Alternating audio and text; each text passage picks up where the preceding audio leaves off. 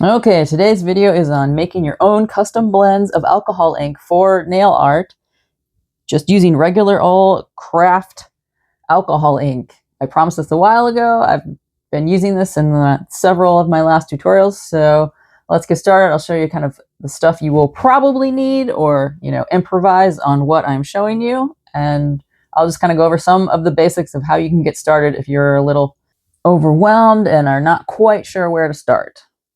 Okay, I like to have a large ceramic palette because it's really nice for mixing stuff. The alcohol inks won't stain it. And you're really going to need to play around with the inks first to get to know them a little bit, to see what you need to do when you are mixing them. You could also use the bottom of an old plate. You just don't want to use a nice one because if there is any crazing in the glaze, it can stain it. It'll get in there. The next thing you're going to need, we've got our little set of alcohol inks, and I have these tiny nail polish bottles. There's sort of two different styles. I will have all this in an Amazon storefront for making your own alcohol inks.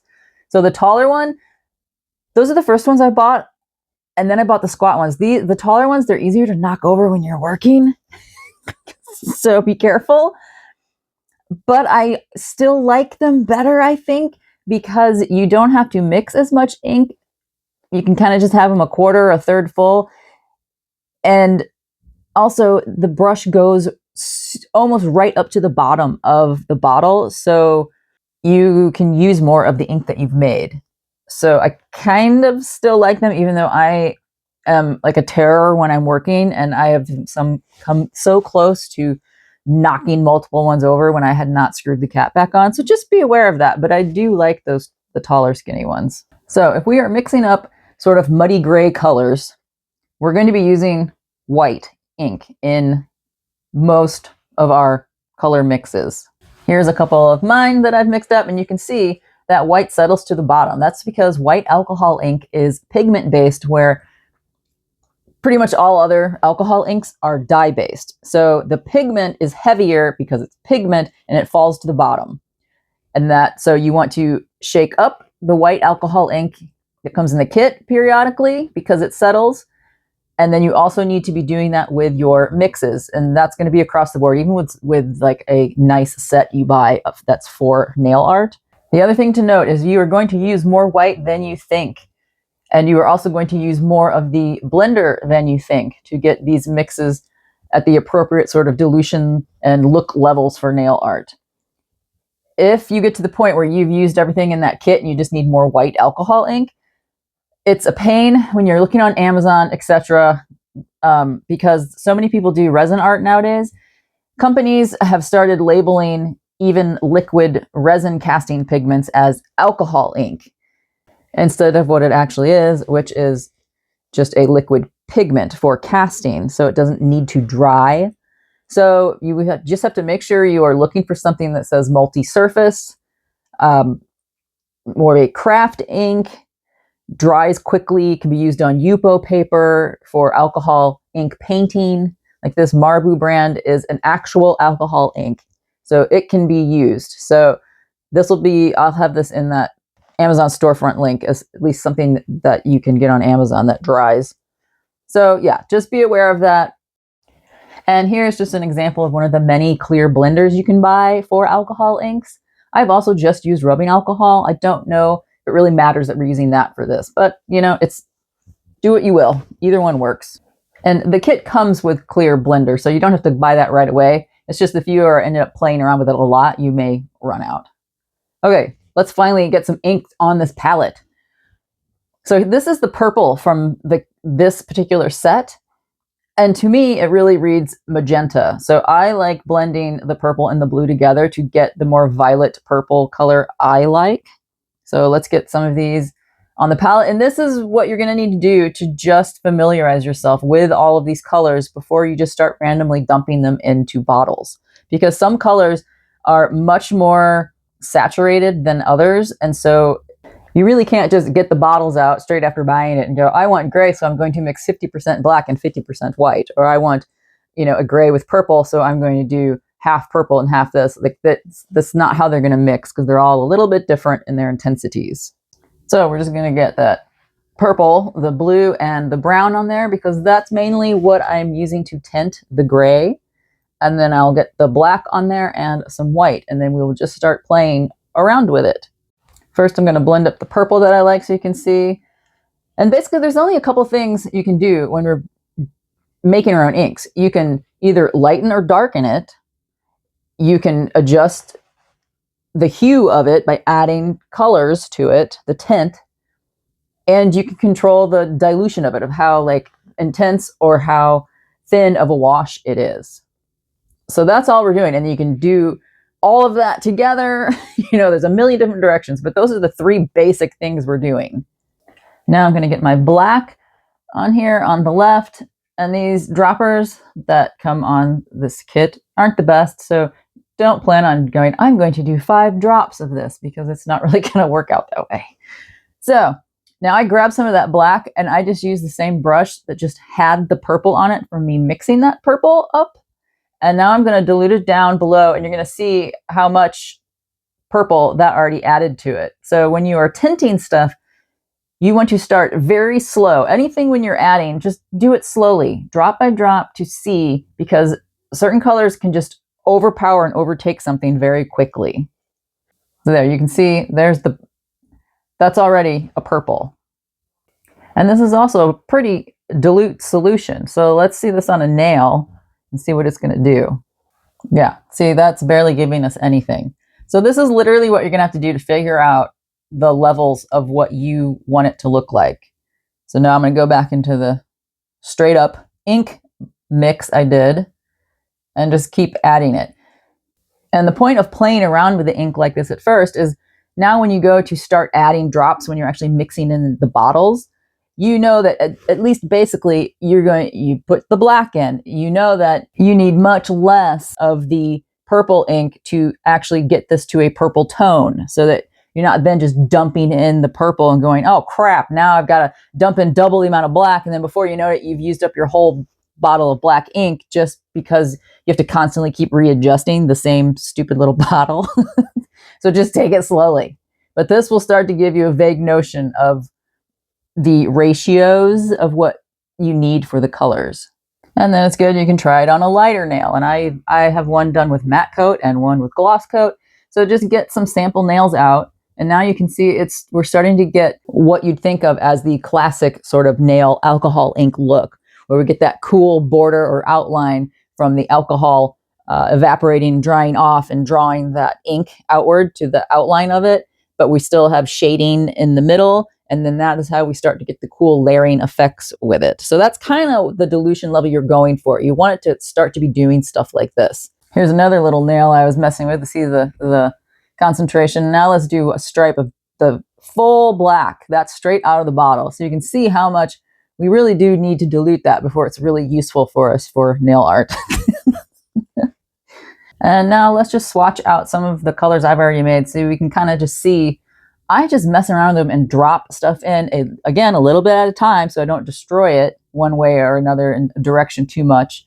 But I have some swipes of the full, intense, straight out of the bottle black. And then that's my first one. You can see it's getting the outline, but I can also get, if I really saturate the brush, I can get a pretty dense look to the ink as well still. Here's more of a red muddy gray. And again, see, I've got that same kind of dilution level. And typically starting out, I would do my bottles the most intense I would ever want on a nail, sort of. None of this is exact.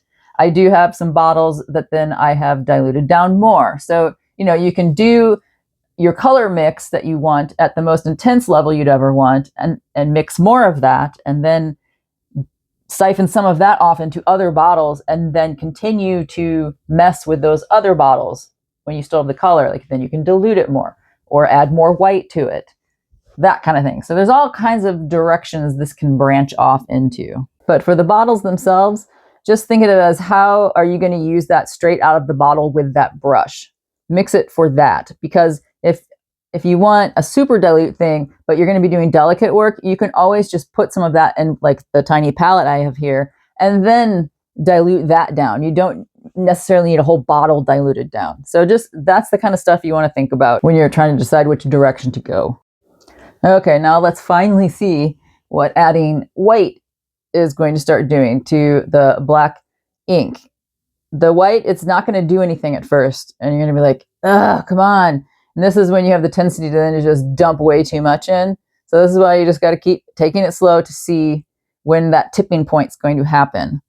So that's what I mean. It's going to take more white than you think to make these mixes, because you basically are going to be needing white in most of them. And you need enough of the white to start, diluting that black down, so then you can start to see the color that you're going to add, etc., to make your random muddy browns and grays. There you can just start to see that that's just barely changing the tone of that original black. And now I'm just going to keep adding some white to it until I'm starting to get a gray that I like, and then we can kind of do some little swatch tests on it as then we dilute it down to see what we're getting. And so this is straight up ink. That's just white and black alcohol ink at full strength together. It's hard with these reflections. I was trying to do it in different angles in hopes that we could see. You can get little flashes of the difference in the color. But you can see it's still reading very dark when it dries. So I'm going to keep adding more slowly because there is a tipping point when all of a sudden you're like, oh, now it's a lighter gray.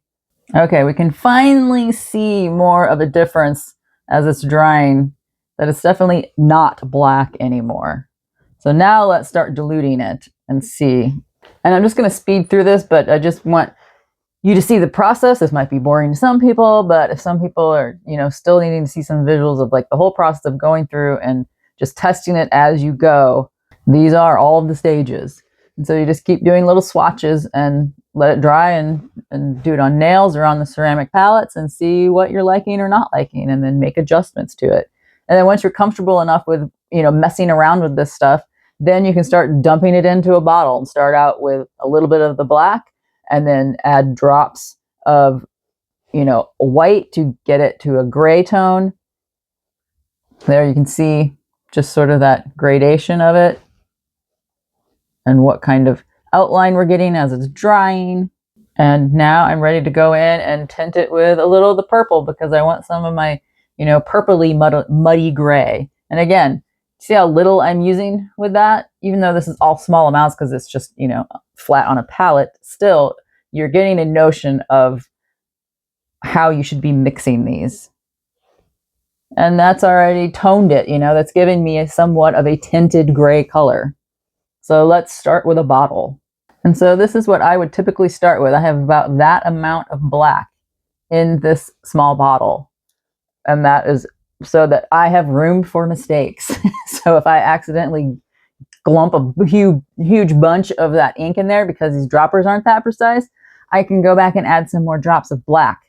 So, or if I accidentally put too much of the blender in there. So that's why I start low and at the bottom and just keep layering your stuff and check it as you're going. And that way you can get a mix and an intensity that you are happy with. And then when I want to tint it, I'm just going to re-wet the stuff on my palette, because we've seen we hardly need any of that purple mix to actually give this gray a tint. And so I'm just going to smear my brush in there and then dip the brush in the bottle and shake it around. And I'm just going to do that a couple times until I'm happy with the tint that it's giving me in the thing. And that's basically what you're going to do for all of them. It doesn't have to be this, drawn out of a process. This is more to get your initial grounding with it, but you still need to test each time to see what you're mixing. And I just want to show you one last cool little thing. In case you didn't know, black and yellow make a very gorgeous olive green. And in whatever medium you're using, it's not just alcohol inks, and paints as well. And the droppers were cooperating much nicer on this. So we can kind of see, I started out a 1-to-1 drop. And if you count as I'm going here, it was about a 4-to-1 ratio of 4 drops of yellow to a single drop of black to get it to this color where you could tell it was olive green before we had diluted it any. Now I'm adding some of that blending solution, and now we can finally start to see that really nice olive green color. So that's it. That's a little primer on how to start blending your own inks. Trying to figure out how to describe all of this in a concise way about broke my brain, so I've been avoiding it like the plague. So it's not the most concise thing in the world, but it's free social media, people. What can I tell you? I'm doing my best here. So, if you stayed, hopefully there was valuable things you learned. Okay, there you go. Have fun blending alcohol inks.